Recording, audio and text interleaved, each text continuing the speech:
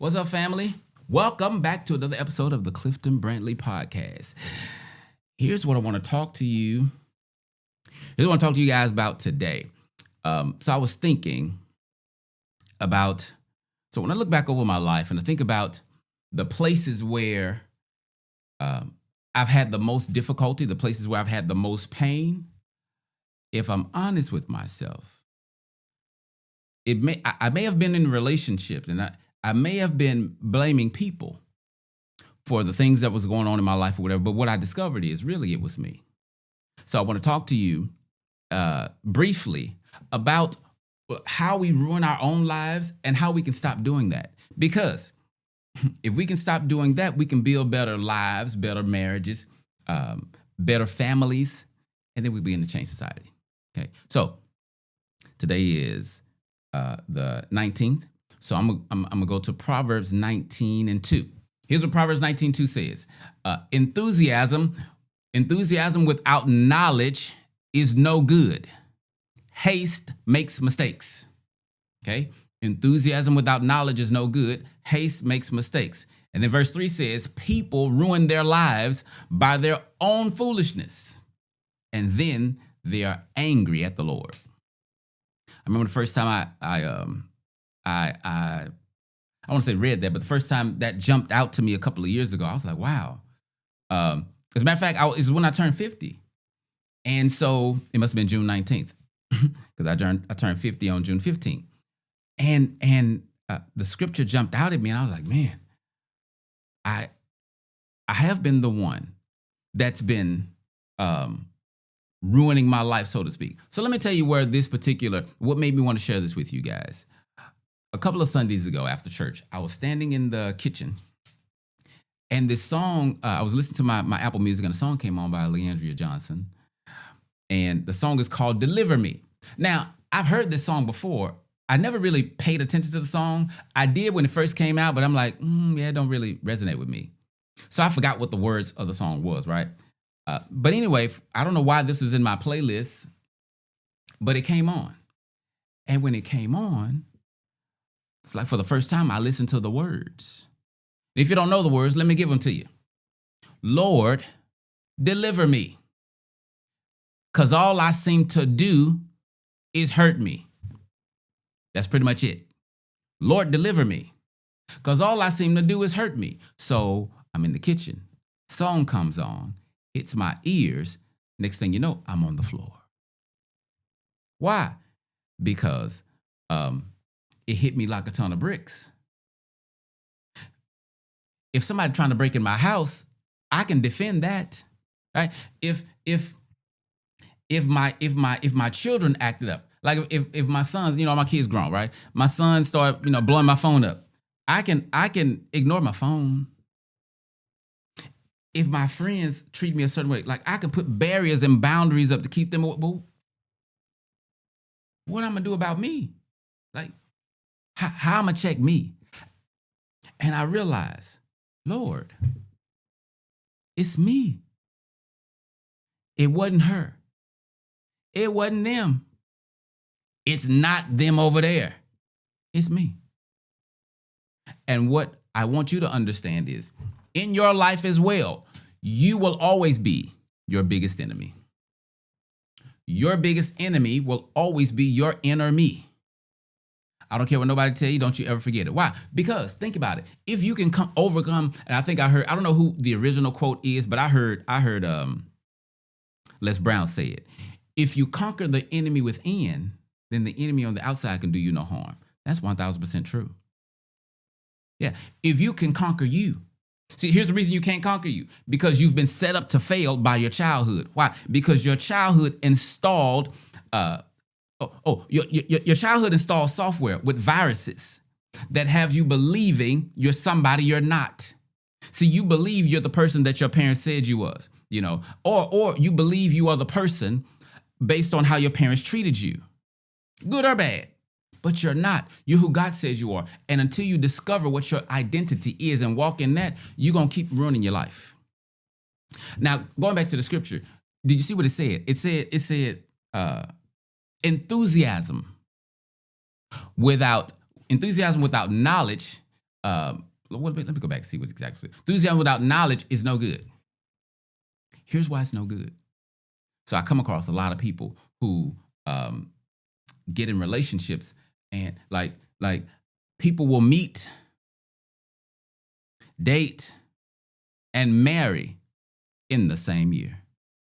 Now I know some folks say, "Well, what's wrong with that?" Hey, if it works for you, that's fine. But here's the thing. So I believe you can do that, but I don't believe. Yeah, you're not going to convince me that you have enough information where you can confidently and accurately decide this is the person I want to spend my life with on the planet. But see, we go by what feels good, not what is good. So if it feels really good, don't let this be the best feeling I've ever had. Too many times we get in relationships, because I'm telling you how we ruin our lives and our relationships, right? Too many times we meet somebody, we get in a relationship, and the reason we fall for them is not because they fit our lives so well. It's not because it's like a puzzle piece. Here's why. Because they treat me better than I've ever been treated before. We say, well, yeah, I'm gonna marry that person too. Here's the problem. The people that I typically have these kind of conversations with, their issue is they've never been treated well. So what they're getting is normal treatment. Like, you've been starving forever. Of course, McDonald's tastes like Paris Steakhouse to you, but it's not. It's beef. Well, that's debatable. It tastes like beef, but you don't care because you've been eating dirt. All I'm saying is, don't trick yourself into believing that because this feels better than it ever felt, meaning that means then it's righter than it's ever been. That ain't true in and of itself. You got to examine it. And examination takes time. That's why enthusiasm without knowledge is no good, because you're enthusiastic about stuff you don't even. So you meet somebody. This is amazing. I ain't never met nobody like this. I want to be with you. You want to be with me. Bam, let's get in a relationship. That's the enthusiasm. But we don't have no knowledge. So then as we start going, they're like, oh, you like do that on the weekends? I don't like doing that. Okay. Then we're going, oh, you like eating that? Yeah, I don't like eating that. Oh, that's how you like to talk? Oh, that's how you like to celebrate, right? That's how you argue? And these things that I'm saying now, oh, that's how you. So we don't get that stuff until way later because we're so Google eyes and going based on how good we feel. Listen, if we was going to live life based on how good it feels, why wouldn't all of us not be crackheads? I've never tried crack, but I presume it feels. I watched Snowfall. So that made me believe that helped me. Oh, that's why they're getting hooked on crack. Not just because it's addictive, but it's an amazing feeling, I guess.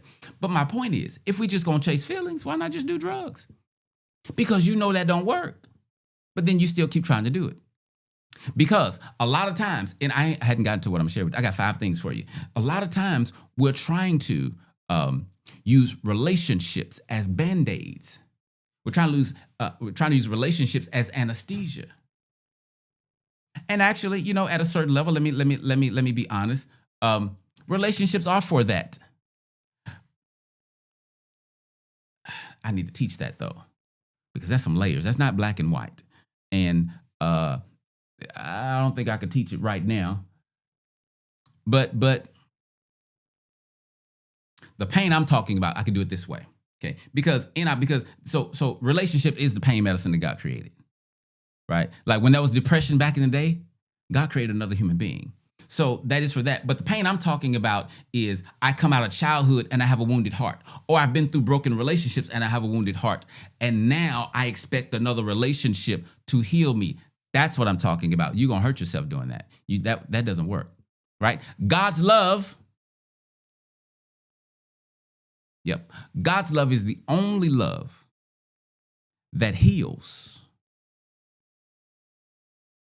God's love is the only love that heals. So let me give you these 5 things. These are five ways. Obviously, there's way more, but again, I want time constraint. 5 ways that we ruin our lives or relationships. And then I don't have 5 ways. I don't have 5 things to overcome it. I got a couple of things, right? But here's the first one. I just talked about it, moving too fast. We move. We not so. Slow down. See what I'm talking about? That ain't what I'm talking about. Moving too fast. So we meet somebody, and pure, we off to the races. Now I have a video coming up. I have a video coming up, talking about love bombing. So love bombing is a new concept to me. I think first time I heard it probably was last year, but I didn't, it just kind of went over my head. I didn't pay much attention to it. And then I saw a video online, they talking about love bombing, but from what I understood about the video, I'm just sharing this with you since I mentioned love bombing. What I understood about the video, and I was wrong, because now that I'm studying, I should have been talked about this. But what I understood at first was, when somebody, love bombing is when somebody, shows you a lot of love and attention or whatever up front.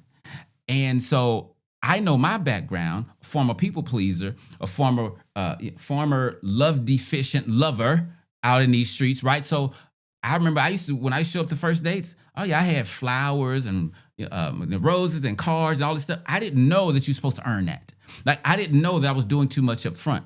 But that was because I lacked boundaries. Like, I wasn't trying to manipulate nobody, but love bombing, oh, that's something different.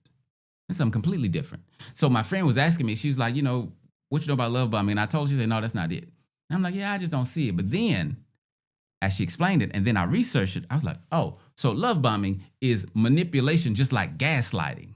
And I'm like, wait, is folk out here intentionally trying to make folk fall in love to manipulate them? Yeah, I wasn't doing that. And we're going to talk about that. Okay. But aside from that, moving too fast in general, like, you're going to hurt yourself. Enthusiasm without knowledge is not good. Love needs knowledge and time to develop. Not your feelings. Your feelings so you can see some, have you ever heard of the term love at first sight? Love at first sight is a real thing, but it's not real love. Here's what love at first sight means. You see somebody and you feel like you're in love. That's not real love, right? Because how do you know it's real love? Because that good feeling that you have, if they needed you to go to a cross, you're not going in no kind of way. Because wait a minute. I was on an emotional high. That came from what you were thinking. So you see this person, your fantasy kicks in. And so the thoughts that are in your head and based on the beauty and whatever else with this person, your insides light up and that can be love at first sight, meaning you can feel emotionally high at first sight. But that don't mean start building a life together. You are going to hurt yourself. You don't know how many folk this person done killed? If they killed anybody, how many folk they done molested? You know nothing. You talk about, I'm going to build my life with them. Slow down. Because the next part of that verse says, not haste makes waste. But haste makes, you don't move too fast. So when I was maybe in my early 30s, I'm out here now. My early 30s, I was single then. I'm dating, whatever. I was cool with, wait a minute, is this TMI? Say it this way. I was cool with some things happening quick and early and fast. As a matter of fact, I wanted it that way before you had a chance to realize that we actually don't go together. By the way, I'm going to take this rabbit detour. Ladies, let me help y'all with something. Let me make sure my mic is, hold on.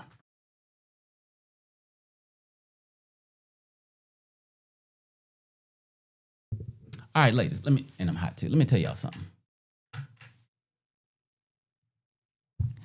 The reason that you don't want to, well, first of all, let's just be godly and say, save your cookies to marriage. Save your cookies to marriage. But if you're not, the reason is good, because I'm just being practical with you. I'm just trying to give you some wisdom.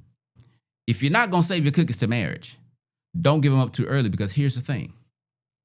You think that he broke up with you or left you or whatever because you gave him some, when in reality, he was going to leave you in the third week anyway. Why? Because y'all don't fit. Y'all don't connect. Y'all don't click. And if you had waited, you'd have known that. but you gave it up too early. So the inevitable happened, and now you think, oh, I didn't gave it to him and he ran. Well, I'm telling you, he was going to leave anyway. So just keep it in the closet, okay? Keep it to yourself. Moving too fast, that's the first one. Stop moving too fast and moving so fast. What are you moving fast for? Here's what I tell people. If it's right today, it'll be right tomorrow. But not just relationship, because I got married folk. How do we move too fast? In decision making, that can run you too. Right? When we need to make a choice, then we need to talk about it. You can't make a choice for us unless you have authority and permission from us, because us run the marriage. It's a different message. But my point is, moving fast gonna get you in trouble. Okay. Here's the second thing. Not being ready for what you prayed for. Or if you want to say not being ready for what you want. Now, we're primarily talking about marriage and relationships, but it's a whole lot of things. But I'm gonna go with relationships, right? Men and women, but I'm gonna talk to the women. It's still Women's Health Month, ain't it? So a lot of you ladies,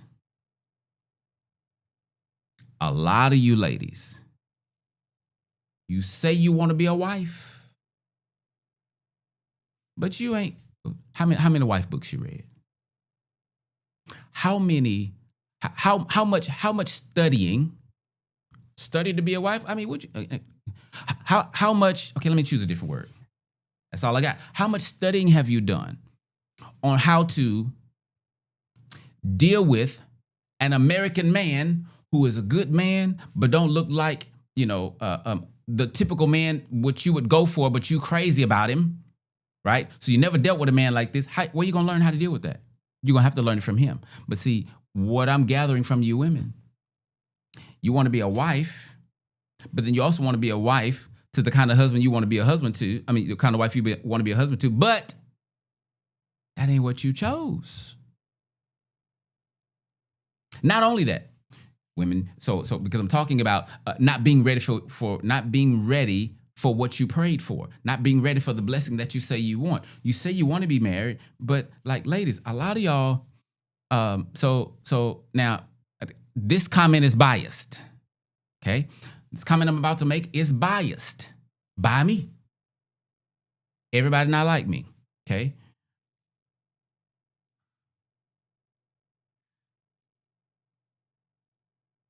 How you gonna be a wife, ladies? And you can't hold a conversation. Ladies, how you gonna be a wife and when he get upset, you get upset? Who gonna keep the brother calm? And all I'm saying is, if that ain't you, fine. But don't choose a husband that you can't be a wife to. But here's what we do. We get in situations and say, hey, I can handle this, and then realize, because Daniels told me, we pray for the blessing, but we don't realize there's a backside, a burden to the blessing. And we're not ready for the burden a lot of times. And sometimes, what you don't understand, I did a video on this, you don't understand sometimes that God is delaying the blessing you're praying for because you're not ready. See, you think you're ready because I got this, I got that, and I got that. Yeah, what does God list say? I don't know, I ain't checked it. Exactly. Seek first the kingdom. And then all these things will be added. Oh, they didn't know my list. I know. Right? Not being ready for what you say you want. Brothers, financially, you want a wife. Now, I'm on chopping block on this one. Okay. You want a wife, but financially, you're not ready to take care of a wife. Okay? So you're praying for God to send you something that you can't handle. You're going to hurt yourself. What's the third one? Choosing what looks good instead of what is good. Choosing what looks good instead of what is good. And that's not just, men choosing women that look good instead of what is good. Everybody. Okay?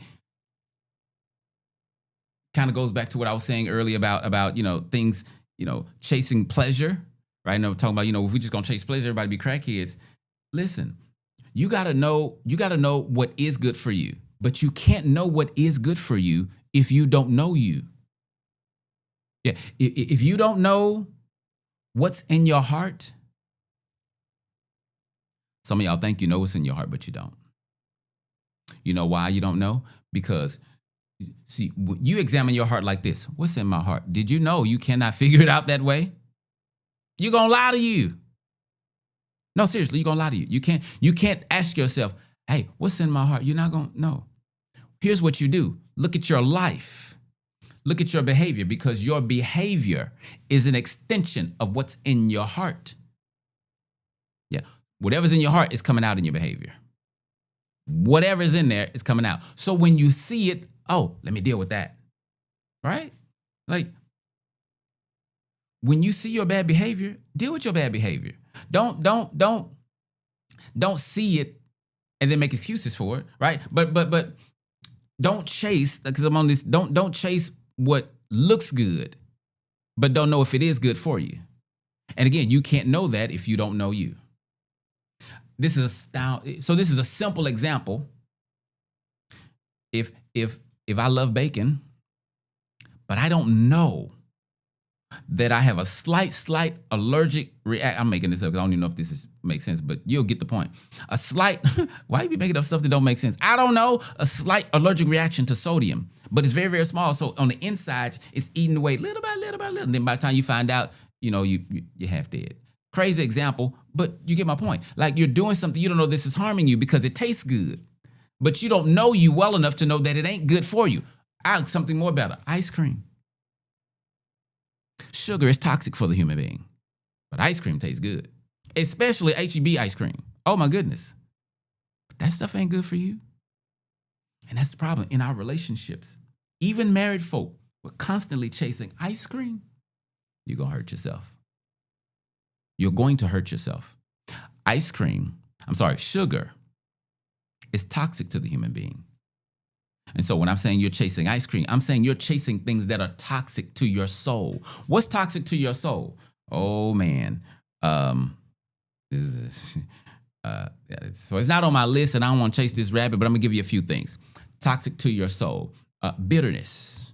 Toxic to your soul. Y'all ain't going to like this one. Sexual immorality. I ain't make it up. It's in there.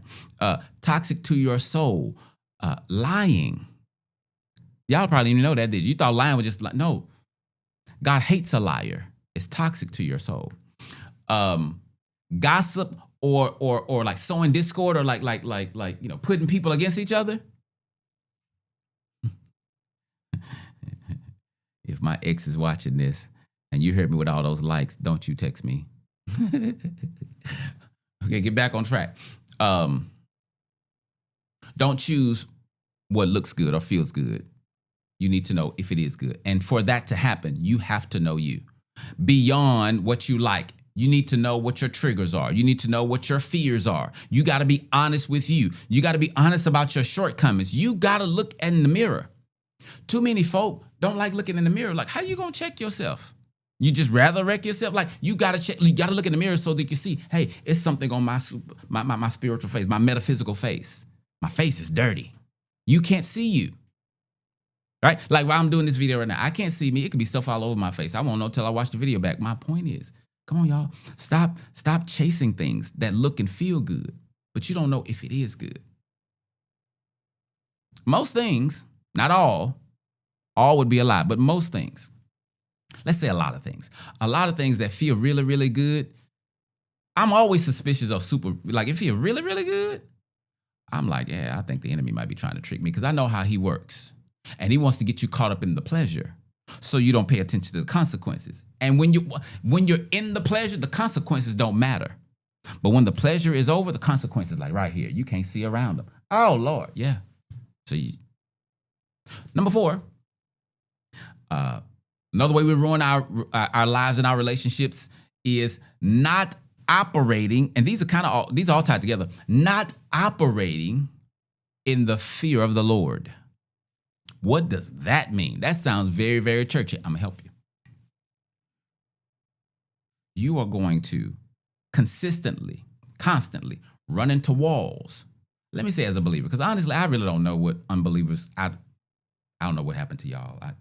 So for believers, you're going to constantly run into walls trying to live your life based on what people think or based on what the culture think, or based on what you think. The fear of the Lord is when you care more about what God thinks than any and everybody else. So when you don't operate in the fear of the Lord, meaning you don't go to him for the direct, you don't. So Dr. Myron Golden says it this way: you don't look for orders from headquarters. Yeah, you're gonna hurt yourself. You gotta operate in the fear of the Lord. Why? Because here's what Proverbs said. Proverbs 1:7 says this: fear of the Lord is the beginning. No, it says the foundation. Fear of the Lord is the foundation of knowledge. Knowledge is needed for wisdom. Wisdom is the only way you're going to stop hurting yourself. Yeah. Here's the fifth one. This is the last one. Expecting our partner to heal us. Your partner is not a healer. I don't care if your partner's an empath and all them other, whatever y'all want to say, they're not a healer. Not the kind of healing that you need, okay? Not the kind sexual healing. We ain't talking about that. The kind of healing that you need a God, and there's only one. But we expect our partners to heal us. And so how does that ruin our lives? So remember the second part of that, the scripture, it says, I mean, not the second part, but verse 3 says, people ruin their lives by their own decision, by their own choices, and then they are angry at the Lord. So when you have a belief system that your partner is supposed to love you a certain way so that you'll feel a certain thing, you're going to hurt yourself. When you expect your partner to love you a certain way so that this identity issue that you have will be rewritten, they cannot do that. That's called idolatry. You are going to not hurt yourself, you're going to crush yourself. Your partner can't do that.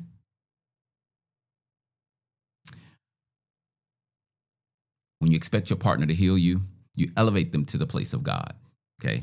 And then so I'm not worshiping them because I'm not bowing down. That ain't what worship is necessarily, okay? When you expect your partner to heal you, you're less likely to work on yourself. You're less likely to take responsibility for yourself, and you're going to expect them to, you know how I am. You're like, I'm scared of this. Why you such and such? Work on yourself. Here's another. You put them likes again, boy. Here's another example of that, right? Expecting our partner to heal us. So my feelings are hurt. Instead of me doing the work, so my feelings ain't hurt because you like plastic forks, I expect you to change how you move so that I can keep my insecurity. Don't do that, okay? Don't expect your partner to heal you. Don't expect your partner to be somebody they're not, okay? Again, God's love is the only love that can heal you. God's love is the only love that can heal you. So let me give you a couple of remedies to this. Really, there's only one. I guess there's only one. Wisdom. But what kind of wisdom? So here's what wisdom is. I'm closing. Wisdom is the skillful application of knowledge, okay? Wisdom is when you apply knowledge skillfully. Where do we get knowledge from? We get knowledge from God. Now, knowledge you can get from anywhere. We live in the information age, right? We live in the information age. But the Bible says that the fear of the Lord is the foundation of knowledge, meaning the knowledge that you want to have should come from God, because then that's going to fuel your wisdom so you don't hurt yourself. I've said this before. And I got this from Darius Daniels. I'm going to give him credit because after a while it's going to be mine. But I like it. Anyway, here we go. He said the quality of your life. And listen to me, guys, because listen. The quality of your life will be based on the quality of your decisions. You feel me? The quality of your life will be based on the quality of your decisions. Like one of the things, I told a couple today, the premarital couple. When in the consultation, I said, who you choose to spend your life with will determine your experience on this planet, right? That's one of those decisions, right? So the quality of your life is determined by the quality of your decisions. Now, the quality of your decisions is based on the quality of the information you have informing the decisions. You with me? Now, there is no better information on the planet than the Bible. Folk be reading everything but the Bible. I don't get it. I'm going to say it again. The quality of your life is based on the quality of your decisions. The quality of your decisions is based on the quality of information you have. The Bible has the best information on the planet, but everybody reads everything but the Bible. And then we wonder why our relationships just falling apart. Listen, I want you to, first of all, take responsibility for your life. Take accountability, okay? Every choice in your life that you made it. When you were a kid, you may say, I ain't had no choice. But okay, fine, we'll give you that. From 18, every choice you made. Now, you cannot be responsible for what has happened to you. And some very, very terrible things has happened to some of us. Some terrible things has happened to me. Like terrible things have happened, right? But how you respond to whatever has happened in your life is on you. Whether you think that's fair or not, it's life on this planet. Oh, it's life on this planet. So you got to decide, am I going to give in to my circumstance, or am I going to become the person that can do the thing to have the stuff, right? Be to have principle. I want to become a better man so that I can do better things and have better stuff. I want to become a better man so I can do better things to have better stuff. That's how God set it up. That's how it works. You can't have more if you don't do more, and you can't do more if you don't become more. Stop wishing that you were a husband or wife and you ain't prepared yourself to be that. Go listen to Jim Rohn. He told you about it. Say, stop wishing that the road was easier. Wish that you were stronger. Yeah, I like that. Okay, so hope this helped for you. Oh, I got one thing to share with you. Go get my book on my wait. I think it's on the website. I'm gonna put the link in the description. For my betrayal clients, 5 questions every couple asks after betrayal, and the answers that can save your marriage. It's on sale right now for $22. Okay, I'm gonna do some more marketing around that, but yeah, y'all get that. Outside of that, I hope this was helpful for you. Hope it blessed you. I hope it, something that you can apply to your relationships, and like, stop hurting yourself. Okay, I think I'm gonna do something tomorrow too. I don't know about the what I called it, love bombing. I think I may do that tomorrow. We'll see. But yeah, y'all join me tomorrow. Let's go live again. I'm starting to like this again. Okay. All right. Y'all take care.